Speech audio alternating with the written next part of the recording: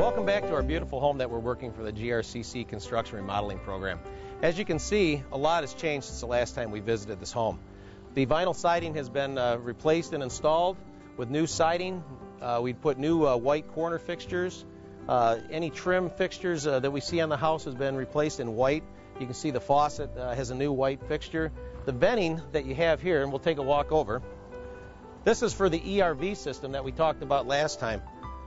You have an exhaust and an intake, and the ERV, as we tighten the thermal envelope of the house up, the ERV lets the house breathe. It constantly rotates air through, and again, for LEED, we want to have a good indoor air quality. So that has been replaced. This is the exhaust with a flapper to keep any rodents out of the home, which is a good thing. In the front of the home, the shrubbery has been removed. That's in anticipation of our native plants that we'll be putting in. Again, part of what we're doing here for the LEED is to keep sustainable native plants. The front walk is going to be removed. As you can see, it slopes down here towards the house. What we want to do is we want to slope that away from the home. We want to try to keep the water outside of the home. Why don't we take a walk in the back? We're working on the deck, and we'll take a look at some of the materials we're using back there and see what some of the students are doing. Welcome to the back of the house. As you can see, the deck that was there has been drastically modified. We took the treated lumber that was on for the decking, we recycled it. Mark, one of our students here, is working on some decorative top pieces, took the decking home, and he's making planter boxes out of it. Again, part of LEED is to keep things out of the landfill, and so we were able to reuse the treated lumber to another purpose. The decking that you see is a composite decking. It's made from recycled plastics and also has a wood content to it. The spindles are also full plastic, so again, it's a recyclable product. Low maintenance and tremendous wear, and it's very sustainable because it'll be here for a long time for the homeowner with very little maintenance. We'll be adding a staircase over here. We put it on this side of the steps because there's two windows in the back of the home. As you can see, we didn't want to intrude on the windows. So by putting the stairway here, we'll give full view of the windows looking out into the backyard. The stairs have been installed, and the students did a very nice job with this. The riser heights are all equal, which might seem like a trivial point, but it's very hard for carpenters at times to estimate the riser heights and do a very consistent job. They've done a nice job with this. As you can see, it's a very solid staircase, very sustainable, and it'll be here for a long time, and that's what we're trying to do. Trying to build a nice quality product for the homeowner that'll be taking over the home. So let's take a moment, we'll go inside, and we'll show you some of the other modifications that have been done since the last time we visited with each other.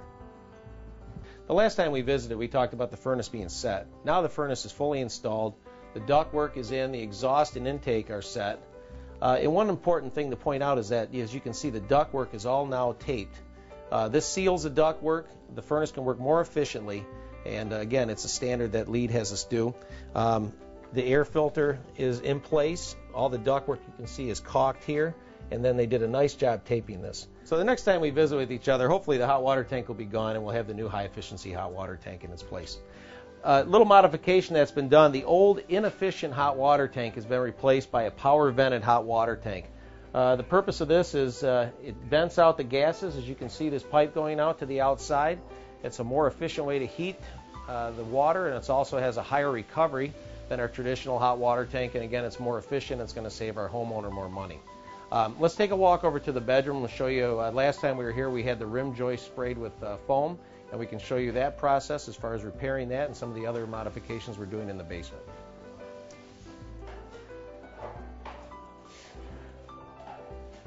Juan's doing a very nice job with the drywall compound. As you can see, he's putting in nice thin coats. There's going to be very minimal sanding.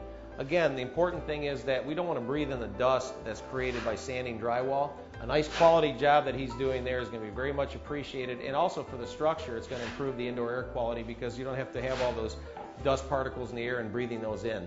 A couple things that we've done in the room too since we visited last is that a bulkhead has been built and the drywall is being installed, and this will be finished also, hiding the ductwork that we have in place. This closet, this is just a little alcove before. The students decided to make this into a closet, which is a really nice idea since this bedroom wouldn't have had a closet. So as you can see, the room is on track to being finished here very soon, and it's going to be a very nice addition to this home. I actually was at the park one day. It was just a fluke that it happened, and Habitat was there signing up applicants, and I signed up last year, August, and here I am now. It feels amazing. I can't wait to move in. It's definitely a blessing. I have 3 little boys, and they're a little nervous to have their own room, but they're very excited they'll have a home of their own. My family is very supportive, so they're extremely happy also.